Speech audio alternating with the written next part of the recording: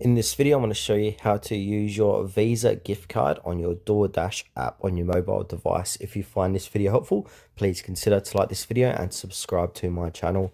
In saying that, let's just jump straight into the video. All right, so what we need to do is open up the DoorDash app on our phone.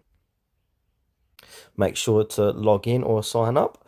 From here, we need to navigate and head to our profile. So click on the Me button on the bottom right-hand corner of the page. And then you'll see your username. Under that, we've got orders, try, dash pass, or settings. We need to click onto the settings tab. And then from here, we're inside our account settings.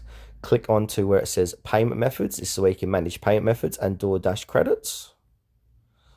Now we're inside payments. And from here, we need to add that Visa gift card as we would adding a new credit or debit card. So go ahead and click on add card details.